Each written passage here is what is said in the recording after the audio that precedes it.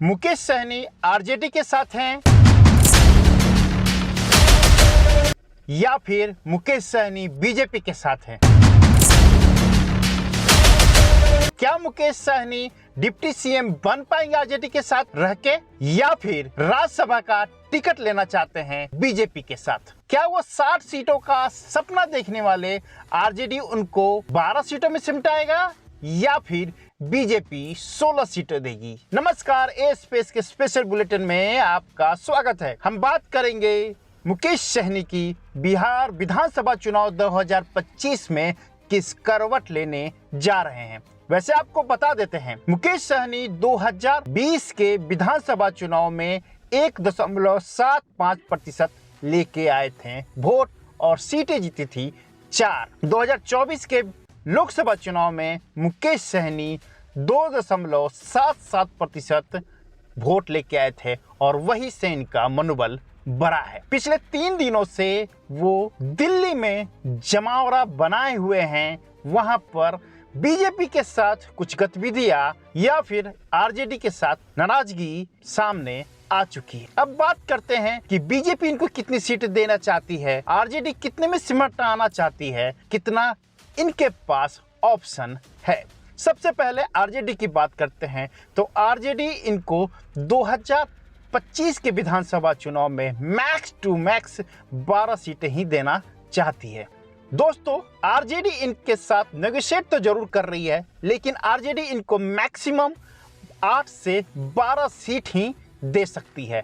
मुकेश सहनी जो deputy CM बनने की चाह रख रहे हैं वो आरजेडी इस वक्त नहीं मान रही है। बीजेपी के साथ नेगोशिएशन शुरू हो चुका है, लेकिन बीजेपी इनको मैक्सिमम सीट तो 16 देगा, लेकिन डिप्टी सीएम के लिए कमिटमेंट नहीं दे रहा है। बहरहाल 8 सीट यदि बीजेपी के साथ ये लेके चुनाव लड़ते हैं विधानसभा चुनाव, तो राज्यसभा सीट कंफर्म हो जाता है। वैसे भी बिहार में 3 राज्यसभा सीट के लिए नॉमिनेशन बाकी है। हो सकता है बिहार विधानसभा चुनाव के बाद ये संपन्न भी हो जाए।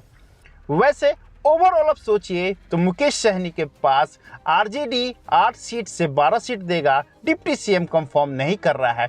वहीं पे बीजेपी 12 सीट तो जरूर देगी, लेकिन डिप्टी सीएम नहीं कंफर्म करते हुए राज्यसभा का 1 सीट कंफर्म जरूर कर रहा है। मुकेश सहनी की वीआईपी पार्टी इस वक्त कंफर्टेबल जोन पे जरूर है, 8 से 12 सीट पे चुनाव लड़ सकता है, लेकिन इन्होंने जो पहले 60 सीटों की डिमांड की थी वो अब धरातल पे दिख नहीं रहा है। 8 से 12 सीट में गुंजाइश इनको बीजेपी के साथ भी करना पड़ सकता है या फिर आरजेडी के साथ, लेकिन डिप्टी सीएम का पोजीशन इस वक्त कोई भी कमिट नहीं कर रहा है। पोर्टफोलियो की बात होती है, क्योंकि डिप्टी सीएम सिर्फ और सिर्फ एक पोजीशन नहीं होता है, यहाँ पे पोर्टफोलियो होता है, तो पोर्टफोलियो पे फाइनलाइज नहीं हो रहा है, इसलिए ये सिचुएशन बना हुआ है। वैसे हमारा ओपिनियन पोल बोल रहा है कि 243 में से ये 12 सीट पर चुनाव लड़ते हैं तो 3 या 4 सीट ही मैक्सिमम निकाल पाएंगे। 2024 के लोकसभा चुनाव में इनके वोटिंग प्रतिशत 2.77 के आसपास था और 2020 के समय इनका वोटिंग प्रतिशत 1.64 ही था। तो दोस्तों, हमारा ओपिनियन पोल बताता है कि इस वक्त deputy CM position Mukesh Sahni के लिए नहीं बना है।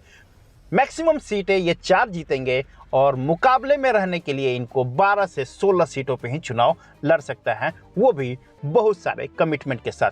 एक फायदा इनको बीजेपी के साथ हो सकता है कि ये राज्यसभा में नॉमिनेट हो जाए अगले 6 साल के लिए। दोस्तों, ये वीडियो कैसा लगा प्लीज कमेंट बॉक्स में जरूर बताइएगा। मिलते अगले वीडियो में, तब तक के लिए नमस्कार।